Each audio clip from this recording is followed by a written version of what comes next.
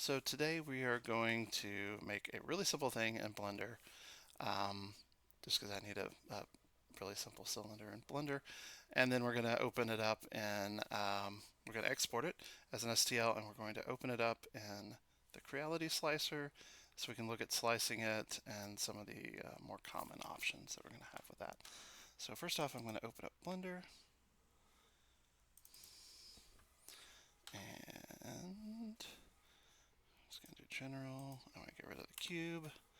And I want to add, so up here in object mode, I want to go to add a mesh, and one of the options is cylinder. Literally, that's all I want to do right now.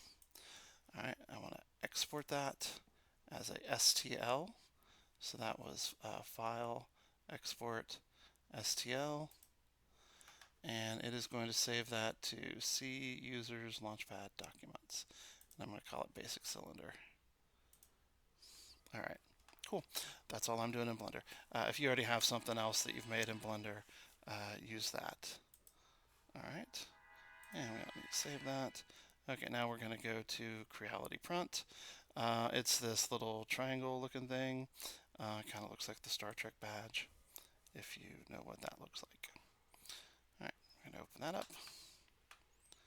And I don't want to do that now. All right, don't want to do that. All right, so we're going to go to File, and we're going to import. Because if you just open, that opens a Creality project, and we don't have a project yet. We have an STL.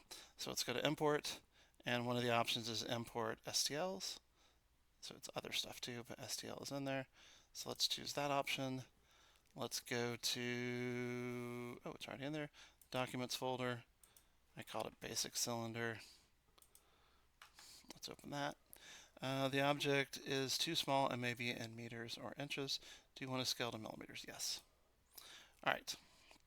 Now, this is not the size that I want because I didn't tell it what size I want. But I just want a cylinder that's going to be about 1/4 of an inch by a little over an inch, maybe an inch and a quarter. So an inch is 25.4 millimeters. So 1/4 of an inch is going to be 6.35 millimeters, and I want that to be uniform scale. So it's going to make all of these the same when I hit enter. Boom, it did. So the X and the Y are the same, so that makes it round. But then I want to uncheck uniform scale and go to the Z, and let's make it like, I don't know, 32-ish millimeters tall. All right. I may need to fiddle with that. If I do this for real, I'll measure it to see what height I need to do, but that should be about right. Okay, so I'm done with scale. Now, if I wanted to slice this, I wouldn't need supports. It's just straight up and down. It may need a raft or a brim, but that'd be a pretty simple print. However, it's going to be used for these word wheels that we're making, and they may get dropped or even just kind of bumped into. And the layers, it's going to be doing these layers one at a time, right? Here we go. We're just gonna, right. So each of these, this is a layer getting built, and it's going across this way. And so if it gets hit from the side, it's going to shear off on those lines, or it's more likely to shear off on those lines. And we don't want that. So if we select this and we go to rotate, and let's just take the X value and put in 45. Now it's going to be diagonal, so the layers are going to be like this. So when it's turned back straight up and down, like it's inserted into the hole in the wheels, then it's going to be going across the layer, not in line with the layer, so it's going to be less likely to shear there. Kind of like if you do in Legos, you don't line up the edges of them if you're making a tower, you overlap them. Kind of the same principle. Now, this is diagonal, and it needs some supports. So we need to go over here to the support section. It kind of looks like a piece being built with supports or a weird looking bug. All right, and so let's enable supports. I normally do tree, and I like to do slim. or oh, it wants to make some changes because it is it wants to make those changes and saying, do you want me to do this? Yes. All right. Well, actually, let's do like hybrid. Hybrid also needs changes. Okay. And that's fine. Okay, and let's see, is there anything else that we want to do? Yes, I want to go back to strength because I made this and I didn't tell it what to do for the inside, how to do the infill patterns on the inside of this piece. So I want to change that from the default of grid to rectilinear, and I want to do the same thing for the solid. Oh, I didn't want to do that. I want to do that here as well. We have a wheel in the commons. It's got a bunch of different infill patterns. If you want to see what looks like what, and I think this will be pretty good for what we're using it for. So that's why I changed it. Okay. I don't think there's anything else we need to change. I mean, I don't need a prime tower. That's for multi-filament. We're certainly not doing that. I'm not going to need a skirt. Anything on the speed? Nothing there needs to be changed. Yeah, should be good. Okay, so I'm going to slice it.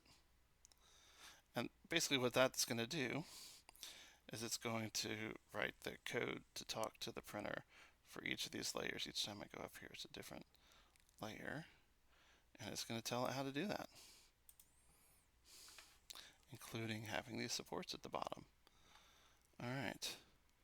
It's going to take about 8.5 minutes to make, and it's going to cost 2 cents and use 0.84 grams of filament, which is 0.28 meters of filament. And then this tells us a little bit of facts about the thing. All right, so if we're ready to go, we hit send print. But if we're like, oh no, I forgot to do something, go ahead and make a change, and you'll probably have to slice it again. But when you're ready, hit send, and then pick whichever printer you want to use it on. Let's do it on 3. That is the right color. You want to make sure that there's nothing on it. I checked a minute ago, there's nothing on it. You can also look at the camera here, although if something is over here, you won't really see it. So it's better to go look in person. Okay, and then that is going to print that basic cylinder. And of course, if it works good, if it's the right height and everything, I may want to come back in here and clone it to do several. So just right click on it, and the neat thing is it shows you where it's going to put them on the build plate, which is kind of cool. Let's say we want to do like 15 of them, or 16 altogether. Or you can right click and do fill bed with copies, which is kind of neat. And you can even change the spacing so that there is a ton of them. However you want to do that. That would be a lot.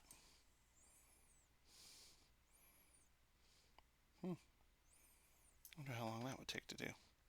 Let's see. So it's going to slice it. Notice it took a little longer to write the G code for that. And let's see, what's it going to say? Or did it freeze up? Nope, there it goes. It's doing something.